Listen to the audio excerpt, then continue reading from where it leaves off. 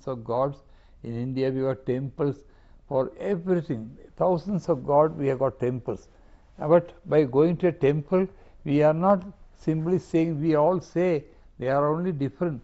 They are different only for a sankalpa, a thought, a fixation, a scaffolding, an aid, an instrument, a imagery, and not really the real God. We are not worshipping the idol as Western people, at least one religion. We are on the subject of freedom. That means, why are we having different concepts? Everybody is evolved differently. Everybody is in a different environment. People are born after millions of births in different wombs. So our habits, attitudes, behavior, understanding, capability, etc. are all different. So as I mentioned to you, you can consider God as a teacher, a lover, a husband, a wife, and as a friend, and so on. You can also treat your God as your son or daughter.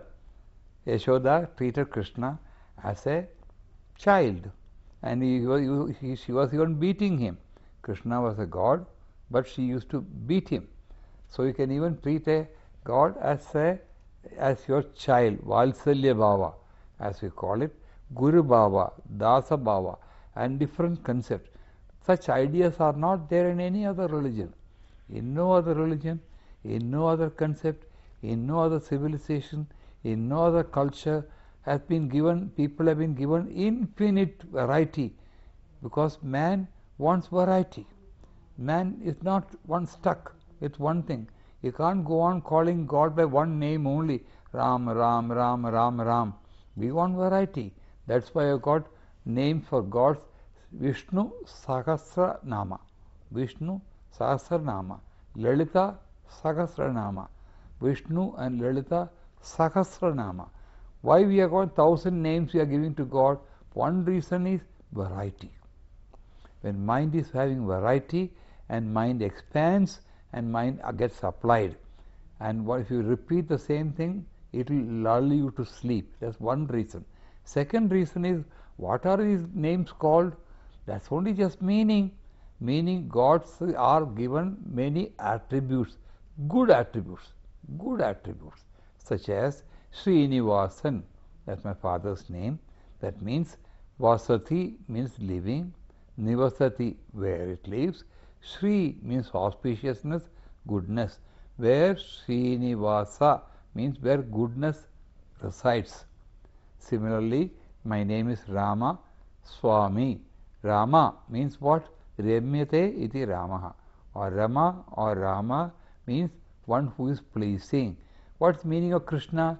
Krishna means one who attracts people. Akarsha. Krishna is Akarsha.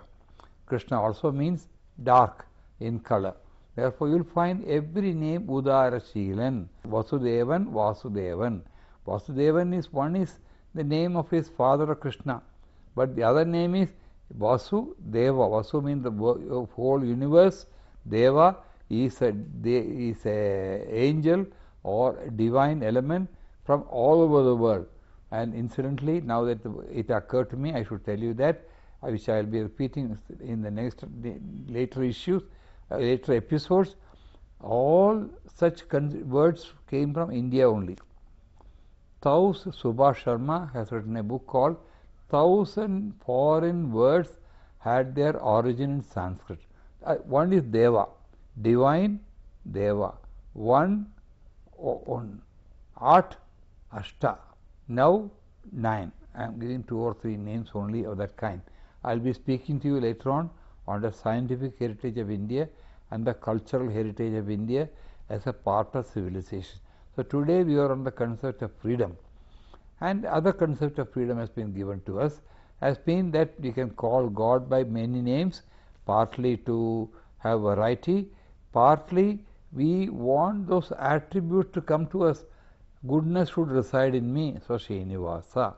I say Srinivasa for that person, or Krishna, or Rama, or any name for that matter. Everything has got a meaning. It's only in India names have a meaning. Now in other parts of the world, names would not have a meaning.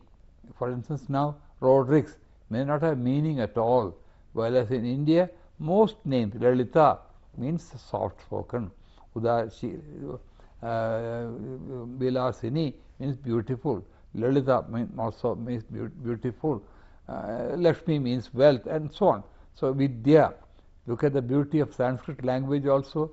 Vidya means learning, Vidyapati teacher, Vidyalaya school or college, Vidyarthi student, Avidya ignorance, Paravidya higher knowledge, Aparavidya lower knowledge. While as in English, school, teacher, learning, ignorance, they have no connection at all. That's why Panini Sanskrit is a highly refined language. I'll be speaking to you later on neuro-linguistic. In many parts of the world, a new subject is called neuro-linguistic, meaning how with the words you can cure diseases. Through Indian music, you can cure diseases. Even when the surgery is being done on the heart or the brain, Sanskrit slokas are being recited in the New York hospital. That's why I am saying this is our thought processes are highly scientific, highly rational, highly logical. It was Einstein who said a religion without science is blind, and a science without religion is lame. Therefore, we should have faith, should not have a word blind belief. Everything should be experienceable, or the materialism depends upon science, technology. What we do normally is experimentable with a hypothesis, with instruments and gadgets and devices. We measure with our senses, we measure with our 5 senses along with equipment. We see the stars, we see the planets, everything through our telescope, whereas our ancient rishis saw everything through meditation, japa, mantra, silence, meditation, fasting, austerities, tapas. Various names are given, and details we will not go into, except that say that 2 kinds of knowledge are there. Higher knowledge is obtained through meditation or Purva Janma. That's why even in the Commonwealth Games, if you remember, even a child of 3 was playing tabla. Where did he learn the tabla from? At the age of 3 or 5, and he was a hero in that Commonwealth Games, because he had got it not from anywhere else. Either you can say from the cosmic consciousness he got it, or he got it from the previous birth. It has come.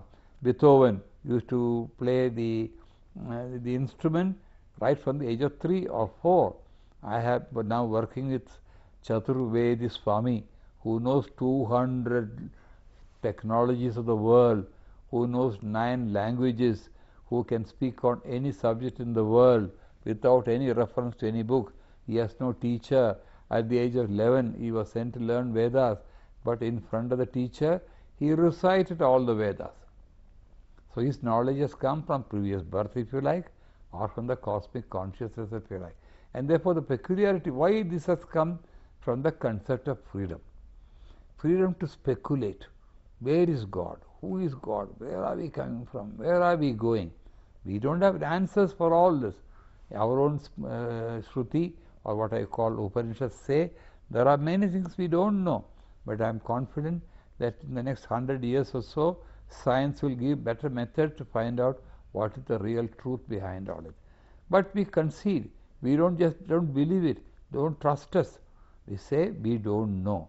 Ours is the only culture, only civilization, only philosophy which states clearly. There's a funny story about 100 or 200 rishis or munis or sages and saints wanted to go and ask God, Brahma, who is supposed to have created. Not that there is a Brahma, not that there is a Vishnu, not that there is a Shiva. They are all sankalpa. They are all imageries. They are all only concepts. And anyway, they went. The story goes that they went to Brahma to find out why he created the world. what is the purpose of creation, why there is so much of evil in the world, why some people are good, some people are bad, why there is so much of inequality in the world, some suffer, some enjoy, some succeed, some fail. They wanted to ask Brahma, why did he create this kind of world where there is so much of devilry, nepotism, corruption, violence, everything is negative. You will find, if you analyze the whole world, you will find there are more negative people than good people. You will find the large majority of people do not observe truth. They are not honest. They are corrupt in some form or other. So on the way, Narada met them. Narada is considered to be a Deva Rishi. Deva Rishi means divine Rishi. Rishis are also of different kind. Brahma Rishi is there. Vishwamitra wanted to become a Brahma Rishi. Order Rishis, then Brahma Rishi. So on the way, Narada asked them, you, my dear friends, where are you going? They said that we want to go to Brahma. What for are you going to Brahma? We are going to Brahma to check with him why he created the world. So Narada told him, don't bother that old man. He himself doesn't know. So don't bother Brahma for things which he himself doesn't know. What does that mean? NITIE, NITIE. God is not this, God is not this, God is not this. There's a chapter in Bhagavatam, there's a chapter in the Upanishads also saying, what is this? Isavasya Upanishad and so on. So it says that there are many things we don't know. Other religions are saying, God created this, God did this. Why did God create bad? Who created the devil? Where was he? Who created? God created. Where was he before creation? He was in heaven. Where was who created heaven? Another God created. Where is that God coming from? And therefore, there are many things which still we don't know. But what you and I, who are listening to me today, and all discriminating people should know that there are limitations to knowledge. Limitation to knowledge by the 5 indriyas which we have. If you want to know higher truth, higher knowledge, etc., etc., you need to have a different approach towards it, and therefore there is a kind of knowledge called higher knowledge which you and I are not able to get unless we go through several series of birth and death. We come back to the concept of freedom. We also have the freedom to deny God, go to him in any form, approach him through what you call japa, mantra, manasat trayate iti mantraha, that means repeating Ram, Ram, Ram, Ram, japa, or through music you can approach God. Meera approached God through music. Emma Subbalakshmi, I must mention here that most of her concerts were done for charity.